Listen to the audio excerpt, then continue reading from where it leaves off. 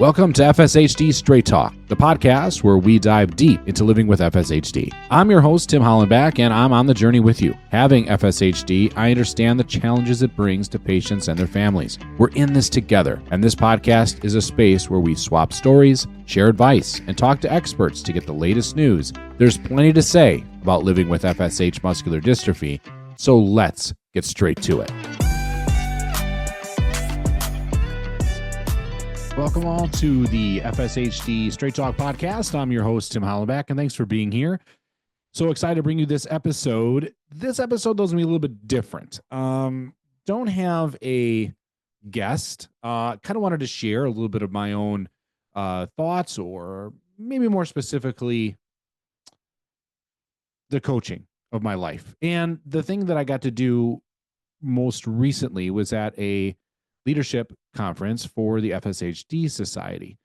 In Chicago, I was invited to do a little bit of speaking, which I was super flattered to do. And to be honest with you, it is a direction I'm trying to pull a lot of my coaching. Most people know that I'm a baseball coach and coach young people. And a long time ago, well, maybe not that long ago, my brother, who was more my coach, guided me to say, you need to not just coach, in baseball, but also maybe coach the player and then maybe their parents or adults. You have good insight, good way with people, all very flattering, but didn't know if I was really that person. And as I've come to realize, I want to help as many people as I can. So the opportunity came up from Beth Johnson to do some talk at talk to the leaders of the FSHD Society volunteer leadership. And that's flattering in itself because the room was filled with amazing people, either in person or virtually. And when my part was over, the thing I could think of later on was, man, maybe I should make this an episode. So that's what this episode is going to be about. It's going to be what I shared with that leadership group. I wanted to share with you. I hope you have some takeaways from it. But believe me, I still need guests on the show. Would love to have them. You can do that. Make sure we know how to do that at our email address. That's fshdradio@fshdsociety.org. Don't forget to follow the podcast, write a review, maybe if you can, or share it. Definitely share it, though. To me, that's like the most important thing, because we need more people to know about this, because this podcast is based for the community. It is built off of that at this point. FSHD Straight Talk has evolved into this platform that I believe is a great place for the community to connect, hear their stories, either from the FSHD patient or their caregiver, family member, even researchers will be on here. But make no mistake, it's really about the community.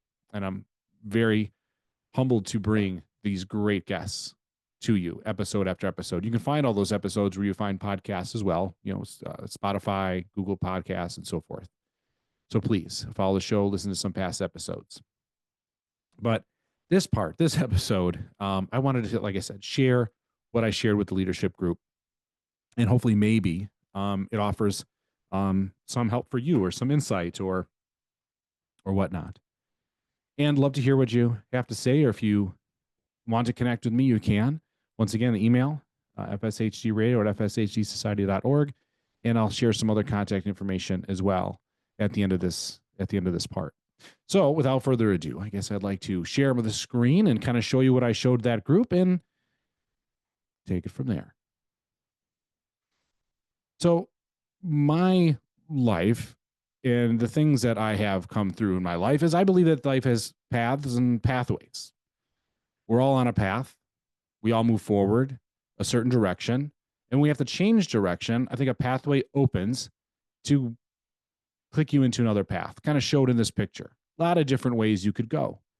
In some cases, your paths have massive decisions, and sometimes small ones, and sometimes the ones you think are really important end up not really being that important, and vice versa.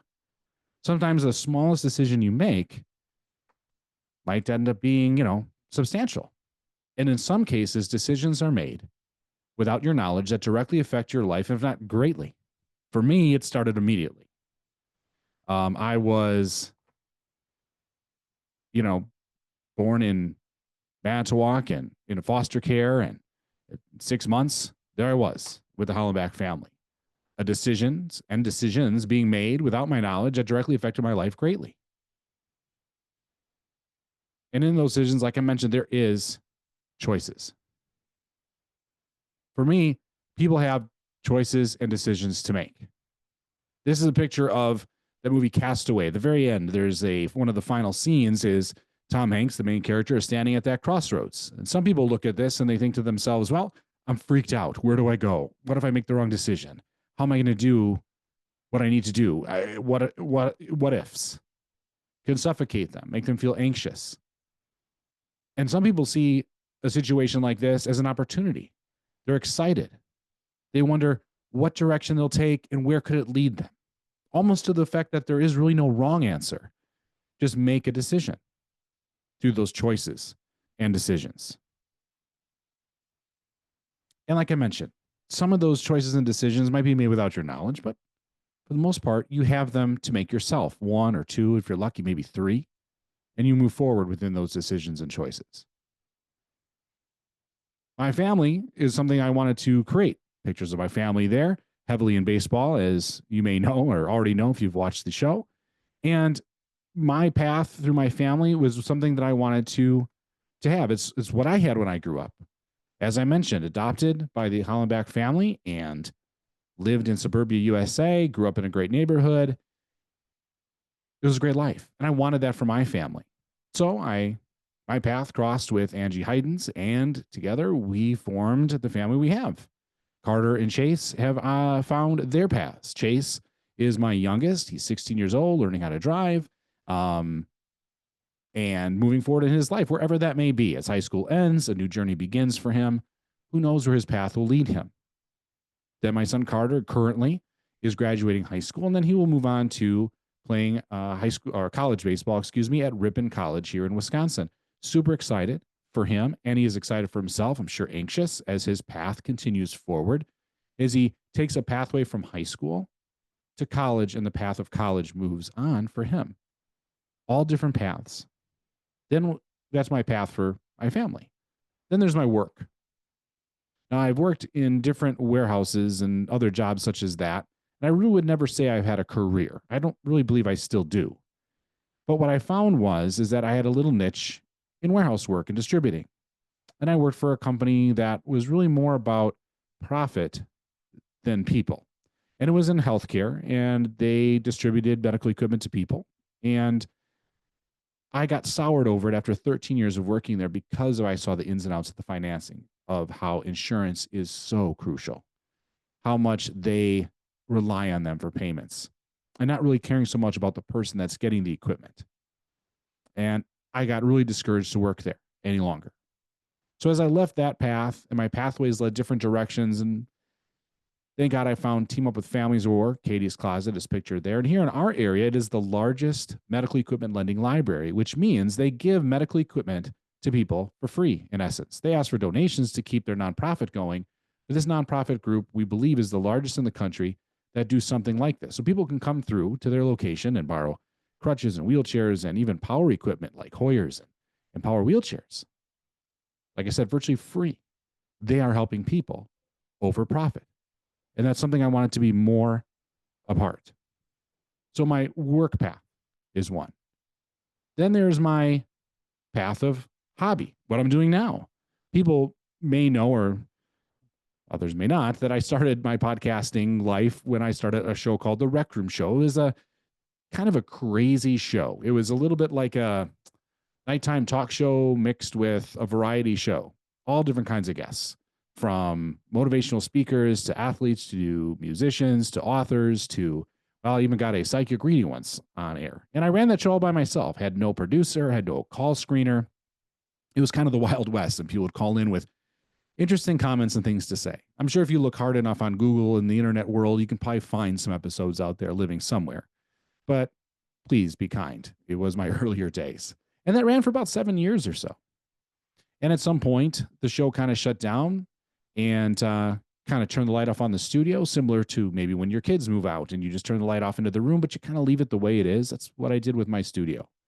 Then I was diagnosed with FSHD, and I realized there wasn't a podcast when I was on the FSHD Society webpage, I didn't see one. And that's how I learn. I learned through listening and hearing people's stories and relating to them. And it wasn't there. So I sent an email to the society, and Jun Kinoshita answered that email. And we created the FSHD Society radio show at first, and now has evolved into FSHD Straight Talk, which is what you're listening to now. Now, if you go back in the Wayback Machine for the FSHD Society radio show, the first episode was with Jun Kinoshita as we embarked on this journey that's now gone about 8 years. And it's been very rewarding, to say the least. Then there's my other path of coaching. And I started coaching like most have, dabbled in it, coaching your kids through sports. My sport of choice was baseball, a little bit of football as well. And I came to realize how much I loved coaching kids and how much I could interact with them, and to the point where I could really make an impact in their life, and how I could cloak life lessons within sports or baseball, especially. And I could teach them more than just the game. And I really enjoyed it.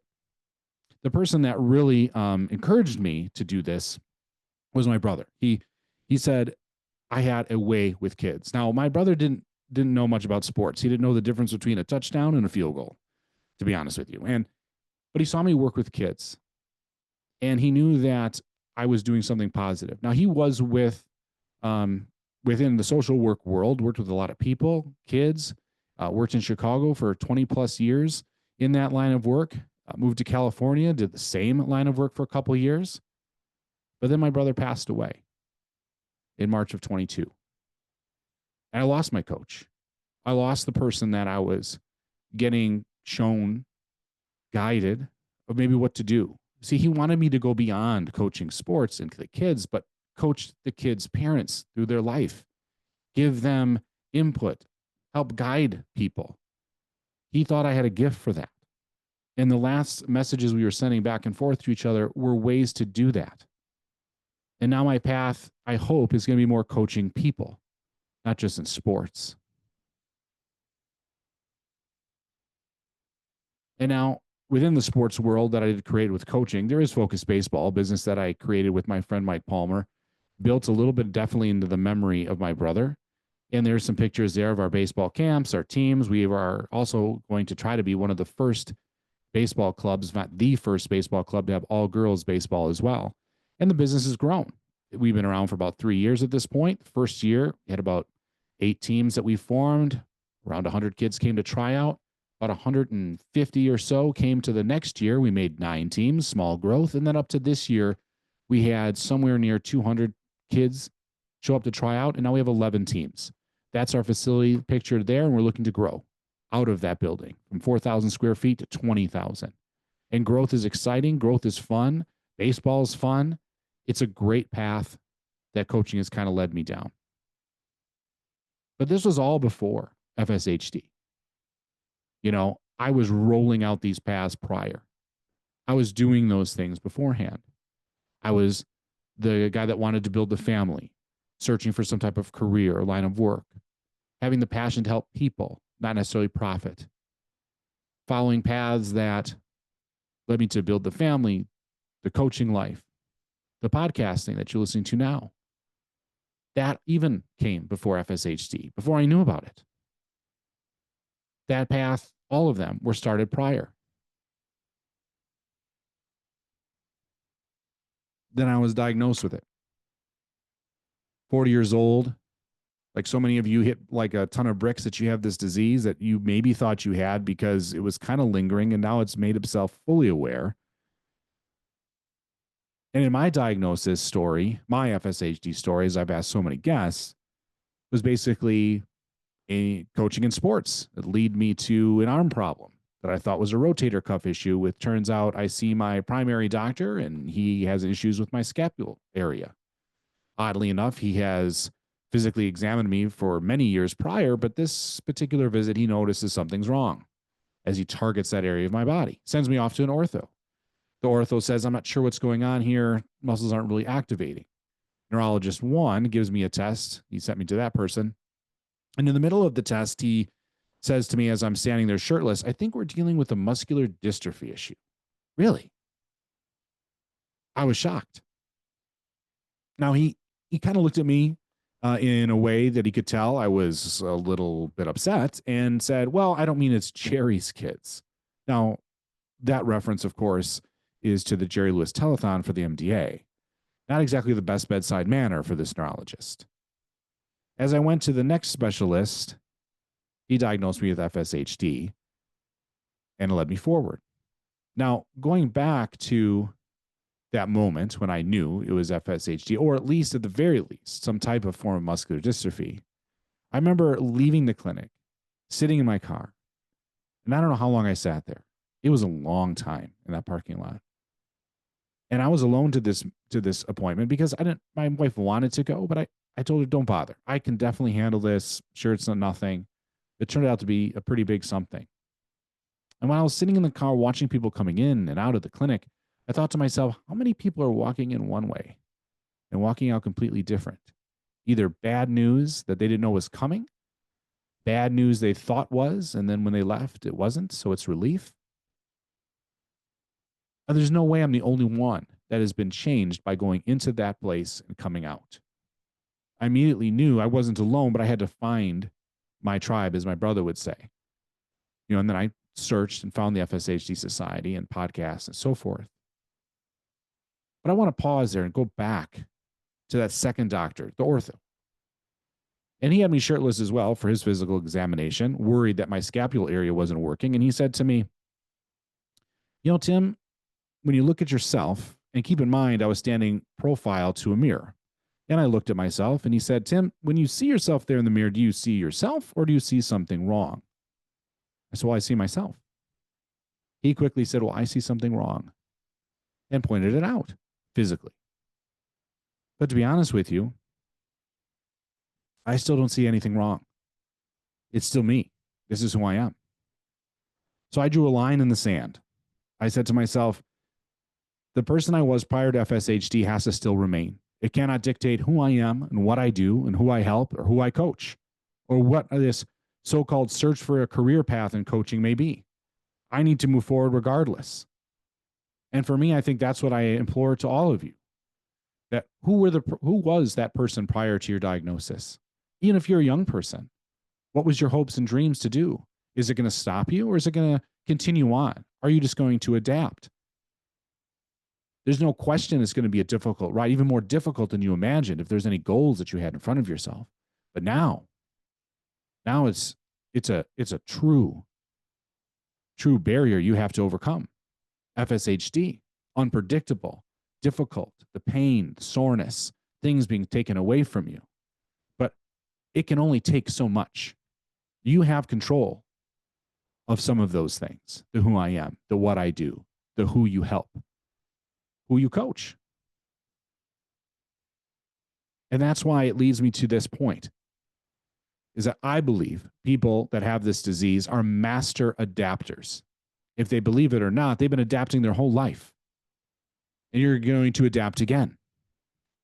So what I told the leadership crew then, those amazing people tuning in virtually or there in person, is that you have to draw your line in the sand. You have to decide what it will affect and what it won't.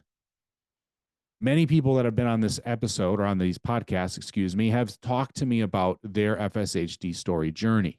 I shared mine there a little bit more than maybe I have in the past. I also believe that there's things we can still do that can impact the world greatly, not just within our community and our disease and trying to find treatments, but even beyond.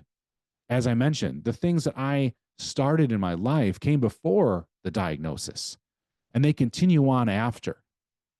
Now, it does linger. It does rear its ugly head, that FSHD. I mean, in my house, we kind of treat it like a bad roommate, making me fall down and trip. We just say, stinking FSHD.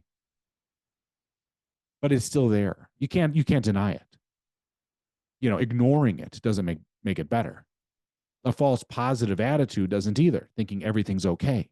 It's not. And it's okay when it's not. But what are you going to do anyway? How are you going to move forward? What are your goals? How can you achieve them? What has to be changed or altered or adapted so you can still do that? And that's what I've learned to do. And you have to do it every day. And it's exhausting.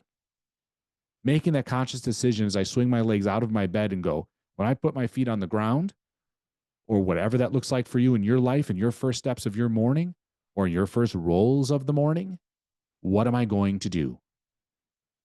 Do I go forward or do I just go back to bed? And we make that conscious choice every day, and choices within the day that get us through the day. So that's how it goes for me. Now, if you want to talk more to me about coaching your life, there are ways I'm sure I could help. Or if you just want to have me listen, love to connect with you. So FSHD radio at fshdsociety.org is the best email address for that. Or if you want to get some coaching too, you can also try the Tim at focusbaseball.com. That's email for that if you'd like as well. Reach out to me. Love to hear from you. Thanks for tuning into this episode, letting me carry on a little bit and share what I shared with that phenomenal leadership group at the Leadership Summit back in February of this year. It was great to share it there, and it was great to share it through this platform as well. So until next time, thanks for listening to FSHD Straight Talk. Take care, and don't forget to share the show. Follow it, share it, everywhere you find podcasts. Take care.